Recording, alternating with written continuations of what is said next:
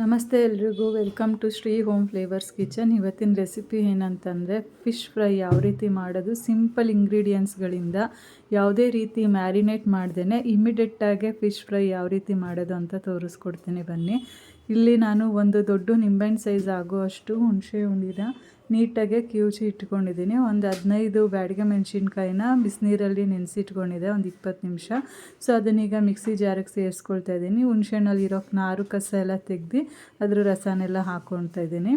ಇದಕ್ಕೆ ಸ್ವಲ್ಪ 2 ಎಳೆ ಆಗುವಷ್ಟು ಕರಿಬೇವು ಸೊಪ್ಪು ಸೇರಿಸ್ಕೊಳ್ತಾ ಇದ್ದೀವಿ. ಒಂದು 5ರಿಂದ 6 ಹಸಿಮೆಣಸಿನ್ಕಾಯಿ ಸೇರಿಸ್ಕೊಳ್ತಾ ಇದ್ದೀವಿ. ಒಂದು ಅರ್ಧ ಟೇಬಲ್ ಸ್ಪೂನ್ ಆಗುವಷ್ಟು ಅರಿಶಿನ ಪುಡಿ ಮತ್ತು 2 ಸ್ಪೂನ್ ಆಗುವಷ್ಟು ಪೌಡ್ರ್ ಉಪ್ಪನ್ನ ಸೇರಿಸ್ಕೊಳ್ತಾ ಇದ್ದೀವಿ.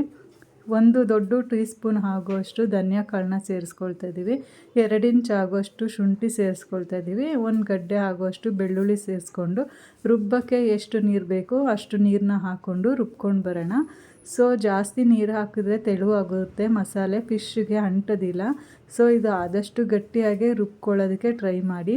ನಾನು ಬಿಸಿನೀರಲ್ಲಿ ನೆನೆಸಿಟ್ಟಿದ್ನಲ್ಲ ಸ್ವಲ್ಪ ಬ್ಯಾಡಗೆ ಮೆಣಸಿನ್ಕಾಯಿನ, ಸೊ ಅದರಲ್ಲೇ ಸ್ವಲ್ಪ ನೀರೆಲ್ಲ ಇರುತ್ತೆ. ಸೊ ಹಾಗಾಗಿ ನಾನಿಲ್ಲಿ ಜಾಸ್ತಿ ನೀರೇನು ಸೇರಿಸಿಲ್ಲ. ಸೊ ಈ ರೀತಿಯಾಗಿ ನಾನು ಬಟರ್ ಫಿಶ್ನ ತೊಗೊಂಡಿದ್ದೀನಿ. ಅದನ್ನು ಬಟರ್ಫ್ಲೈ ಕಟ್ ಮಾಡಿಸ್ಕೊಂಡಿದ್ದೀನಿ. 2 ಸೈಡನ್ನು ನೀಟಾಗಿ ಅಪ್ಲೈ ಮಾಡ್ಕೊಂಡು ಬರ್ತೀನಿ. ಎಲ್ಲ ಮೀನಿಗೂ ಇದೇ ಮೆಥಡಲ್ಲೇ ಇದೇ ಥರ ಕ್ವಾಂಟಿಟಿ ಮಸಾಲೆ ಎಲ್ಲ ತೊಗೊಂಡು ಇದೇ ಥರ ಅಪ್ಲೈ ಮಾಡ್ಕೊಂಡು ಬರ್ತೀನಿ. ಎಲ್ಲ ಮೀನಿಗೂ ಮಸಾಲೆ ಅಪ್ಲೈ ಮಾಡೋಷ್ಟರಲ್ಲಿ ನಾನು ಆಲ್ರೆಡಿ ಸ್ಟವ್ ಮೇಲೆ ಬಾಣಲಿಗೆ ಸ್ವಲ್ಪ ಎಣ್ಣೆ ಹಾಕಿ ಎಣ್ಣೆ ಕಾಯೋಕ್ಕಿಟ್ಟಿದೆ. ಈಗ ಮಸಾಲೆನೂ ಎಲ್ಲ ಮೀನಿಗೆ ಅಪ್ಲೈ ಆಗಿದೆ. ಬಾಣಲಿಲಿ ಹಾಕಿರೋ ಎಣ್ಣೆನೂ ಕೂಡ ಕಾಯ್ದಿದೆ. ಬನ್ನಿ ಈಗ ಒಂದೊಂದೇ ಫಿಶನ್ನು ಬಾಣಲಿ ಒಳಗಡೆ ಹಾಕಿ ನೀಟಾಗಿ ಫ್ರೈ ಮಾಡ್ಕೊಳ್ಳೋಣ.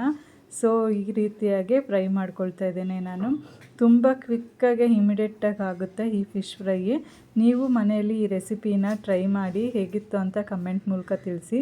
ಇದೇ ಥರ ಈಸಿ ಹಾಗೂ ಟೇಸ್ಟಿ ಹೆಲ್ದಿ ರೆಸಿಪಿಗೋಸ್ಕರ ನಮ್ಮ ಚಾನಲ್ನ ಲೈಕ್ ಮಾಡಿ, ಶೇರ್ ಮಾಡಿ, ಸಬ್ಸ್ಕ್ರೈಬ್ ಮಾಡಿ, ಸಪೋರ್ಟ್ ಮಾಡಿ. Thank you.